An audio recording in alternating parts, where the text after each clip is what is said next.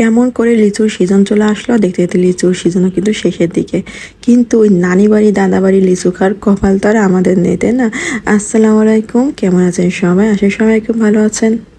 নানি বাড়ি বিশাল বাগান লিচুর, তারপরে নানা বাড়িতেও বিশাল লিচু বাগান, আমের বাগান, সব কিছুর বাগান। কিন্তু তারপরও এগুলো আমাদের কপালে না থাকার কাহিনী অনেক বড়। তো কোনো এক সময় যখন মনে হবে যে সবাইকে সব কিছু জানানো উচিত, তখন এইসব গল্প করবো আর কি। তো এটা হচ্ছে ছোলা ভাটুরে। তো ছোলা ভাটুরে আমার ভীষণ ভালো লাগে। সেটা হচ্ছে আমাদের কুষ্টিয়ার ওখানকার একটা হোটেলে, মানে মৌবন নামের একটা হোটেলে ছোলা ভাটুরে আমার ভীষণ পছন্দ।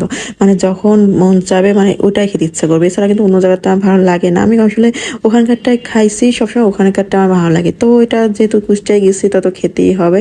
তো এখনকার স্বাদ আসলে সব কিছুর স্বাদ একটু ভিন্নতা চলে আসে না?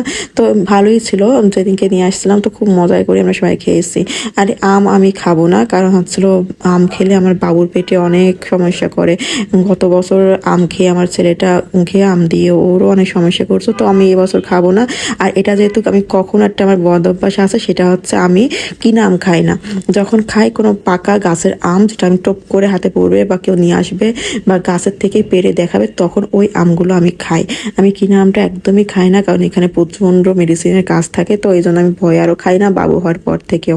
তো সবাই খাচ্ছে, তো গোসলের পর তো সবাই খাবেই, আর এটাও খাচ্ছে আর কি। তাই দেখে দেখে টেস্ট করাচ্ছিলাম আর বলতেছিলাম যে কেমন প্রথম বছরের ফল।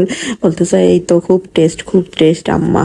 তো খাও। আর পিছনে ভাই দাঁড়াই পড়ছে, মানে আমার ছেলে মুখে আমি দেবো না, আমি না খেলে ও খাবে না আর কি।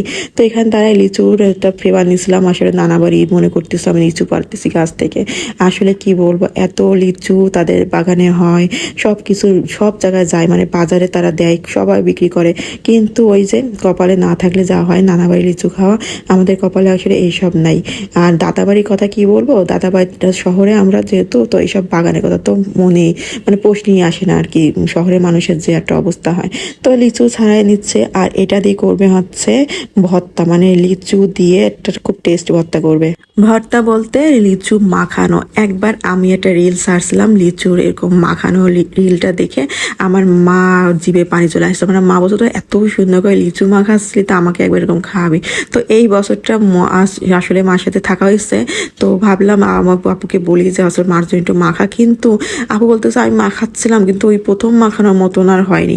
মানে এখানে বিট লবণটা পড়েনি আর কি, কারণ আমরা বিট লবণ দিয়ে মাখাইছিলাম। তো তখন একটা খুব সুন্দর দেখতেও লাগছিল রিলের ভিতরে, আবার খেতেও আমরা খুব মজা করে খাইছিলাম। কিন্তু অমনটা এখানে কেন জানি হলো না। এটার টেস্টটা কিন্তু আবার আর এক ধরনের হয়েছে, কারণ এখানে আবার পুদিনা পাতা দেওয়া হয়েছে। তো পুদিনা পাতা যেখানে পড়ে সেই খাবারটাই আসলে অন্যরকম মজা হয়ে যায়, তাই না? তো এই ভিডিওটা যেহেতু অনেক দিনের, তো সবাই হয়তো বা বুঝতে পারবে এটা দেখে। তারা দুই ভাই বোনে কিন্তু খুব সুন্দরভাবে ঈদের ড্রেসগুলো পরছে, আর পরে নিয়ে এই যে দুজনে মিলে ফটোশ্যুট করতেছে, একদম কোলে একজন নিচে। আর এই তো ছাদে ওঠার জন্য এই সাজুগুজু করছে, কে যেন উচ্চারণ করছে ছাদ। এই ছাদ শোনার পর আমার ছেলে আর থাকবে না, মানে ভ্যা করে কান্না শুরু করে দিচ্ছে। পরে এই তো ছাদে নিয়ে গেলাম, আর এখানকার ছাদটা কিন্তু একদম ধার বাঁধানো না, মানে পাঁচিল করা নেই একদমই, মানে খুব একটা ভয়। তো আমরা সাথে সাথে ছিলাম, আর ছেলেকে নিয়ে মানে ভয় লাগতেছে যে ধারে কোনো কিছু নাই, মানে পোলাপান উঠানো কিন্তু এই ধরনের ছাদে খুবই একটা রিস্কি হয়ে যায়। আর ছোট তো ও ছোট, ওর ছোট, মানে দুজনাই তো কম বয়স, মানে কম বলে পিচ্ছি এরা আর কি, এদের আবার কি কম বয়স বলেন তো।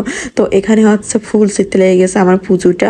আসলে যখন ভিডিও করা হয় ও একটু বুঝতে পারে যে মা একটু ভাব নিচ্ছে, টেনে নামাচ্ছে, নামবে না সে।